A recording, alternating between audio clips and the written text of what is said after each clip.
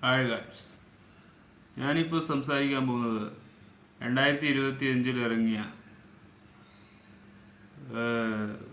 ഇപ്പോൾ OTTയിലേക്ക് വന്നിരിക്കുന്ന ഒരു മൂവിയാണ്. 2025 പുറത്തിറങ്ങിയ മലയാള ഭാഷ ഹൊറർ ത്രില്ലർ ചിത്രം. അതിൻ്റെ റിവ്യൂ ആണ്. ഞാൻ ആ സിനിമ ഇപ്പോൾ കണ്ടു, നിമിഷങ്ങളെ ആയിട്ടുള്ളൂ. ഞാൻ തിയേറ്ററിൽ പോയി കേട്ടിട്ടില്ല. അതിൻ്റെ അപ്ഡേഷൻ ഞാൻ ഇട്ടിരുന്നു എന്ന് തോന്നുന്നു. അപ്പോൾ രാഹുൽ സദാശിവനാണ് ഈ ചിത്രം രചനയും സംവിധാനം നിർവഹിച്ചിരിക്കുന്നത്. നൈറ്റ് ഷിഫ്റ്റാണ് സ്റ്റുഡിയോ YAOD സ്റ്റുഡിയോയുടെ കീഴിൽ ചക്രവർത്തി രാമചന്ദ്രൻ ശശികാന്തും ചേർന്നാണ് ഈ ചിത്രം നിർമ്മിച്ചിരിക്കുന്നത്. രാഹുൽ സദാശിവൻ്റെ ഹൊറർ സിനിമാറ്റിക്, അതായത് പ്രപഞ്ചത്തിലെ മൂന്നാമത്തെ ചിത്രമായ ഈ ചിത്രത്തിൽ പ്രണവ് മോഹൻലാൽ എന്ന രോഹൻ എന്ന കഥാപാത്രം അവതരിപ്പിക്കുന്നു. തൻ്റെ വീട്ടിലൊരു അമാനുഷിക സാന്നിധ്യം ഉണ്ടെന്ന് രോഹന് ഉണ്ടാവുന്നു. ഇതുമൂലം അവൻ്റെ ജീവിതം കുഴപ്പത്തിലാകുന്ന ഭയപ്പെടുത്തുന്ന അമാനുഷിക ശക്തികളെയാണ് ചിത്രം നമ്മളെ കാണിക്കുന്നത്. അഭിമുഖീകരിക്കുകയും അതിൻ്റെ പിന്നിലെ യാഥാർത്ഥ്യങ്ങളെപ്പറ്റി വിചിത്രമായ തരത്തിലുള്ള അന്വേഷണങ്ങളും നടത്തുകയും ചെയ്തിട്ടുണ്ട്. ചിത്രത്തിൽ കഥ വികസിക്കുന്നു. അപ്പോൾ നൈറ്റ് ഷിഫ്റ്റാണ് സ്റ്റുഡിയോയുടെ രണ്ടാമത്തെ നിർമ്മാണമായ ഈ ചിത്രം 2025 മാർച്ചിലാണ് NSS2 എന്ന താൽക്കാലിക പേരിൽ ഔദ്യോഗികമായി പ്രഖ്യാപിച്ചത്.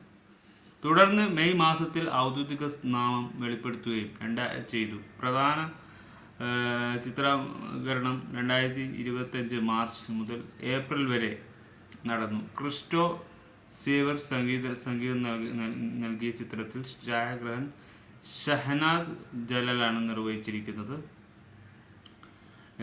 എഡിറ്റിംഗ് ഷഫീഖ് മുഹമ്മദ് അലി. അങ്ങനെ ഇതിലെ കാസ്റ്റിംഗ് കുറച്ച് പേരേ ഉള്ളൂ. പ്രണവ് മോഹൻലാൽ, ജിബിൻ ഗോപിനാഥ്, സുസ്മിത എന്ന് പറയുന്ന അതാണ് ഇതിലെ ഈ മെയിൻ കഥാപാത്രം.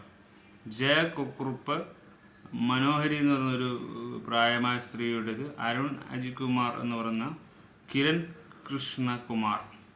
പിന്നെ ഷൈൻ ടോമിൻ്റെ അദ്ദേഹത്തിൻ്റെ സാന്നിധ്യം ഉണ്ട്. പിന്നെ സൈജി കുറുപ്പ് ക്ലൈമാക്സിലുണ്ടായിരുന്നു.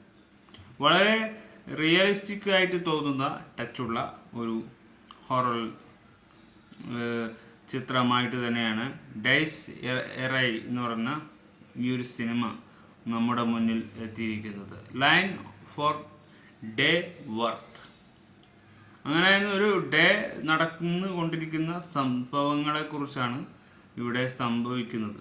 അപ്പോൾ പ്രണവ് മോഹൻലാൽ രോഹൻ എന്ന ശങ്കർ എന്ന കഥാപാത്രവും സുസ്മിത എന്ന ബാറ്റ് ആൻഡ് കനി കൃഷ്ണകുമാർ എന്ന രോഹൻ എക്സ് ഗേൾ ഫ്രണ്ടായിട്ടും, ഗിവിൻ ഗോപിനാഥ്, മധുസൂദന എന്ന മാത്യു പൊടിയായ ഡിസ്കണക്റ്റഡ് ആൻഡ് കൊടുമോൻ പോറ്റിയായിട്ടും ഒക്കെ ഇവിടെ ഒരുപാട്. ഷെം ടോച്ചോക്കോ ഒരു ഫോട്ടോഗ്രാഫിക് അപ്പിയറൻസ് ആണ് കൊടുത്തിരിക്കുന്നത്.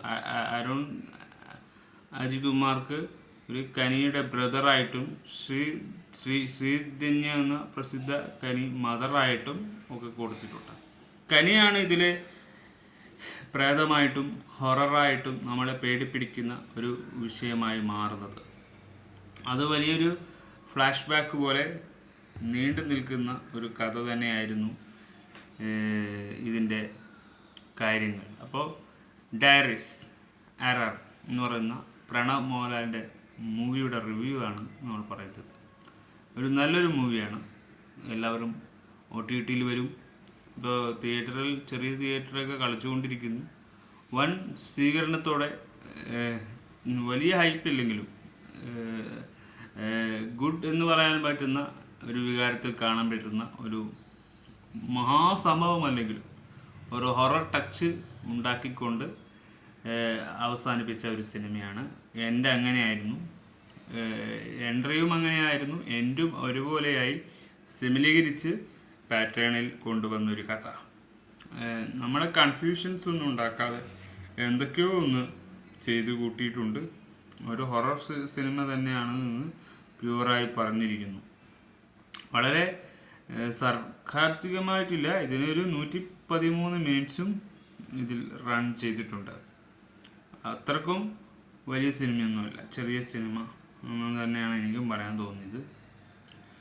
ചക്രവർത്തിയുടെ രാമചന്ദ്രൻ എന്ന ഒരു വലിയൊരു സംഭവങ്ങളാണ് ഇതിൽ കൊടുത്തിരിക്കുന്നത്. ഒരു ഡേ നടക്കുന്ന കാര്യങ്ങളെപ്പറ്റിയും അന്വേഷണത്തെപ്പറ്റിയും അതൊക്കെയാണ് ഇതിലെ ഒരു കാര്യങ്ങളൊക്കെ. സൂയിസൈഡ് അറ്റംപ്റ്റ് അതൊക്കെ തന്നെയായിരുന്നു ഇതിലെ ഒരു ക്രൈം ഇൻവെസ്റ്റിഗേഷൻ അല്ലാതെ ഒരു സൂയിസൈഡ് അറ്റംപ്റ്റ് ഇൻവെസ്റ്റിഗേഷൻ എന്ന് പറയേണ്ടി വരും. അപ്പോൾ സംഭവം എന്താണെന്ന് ഡീറ്റെയിൽസ് ആയിട്ട് സിനിമ പറയും. Bye four.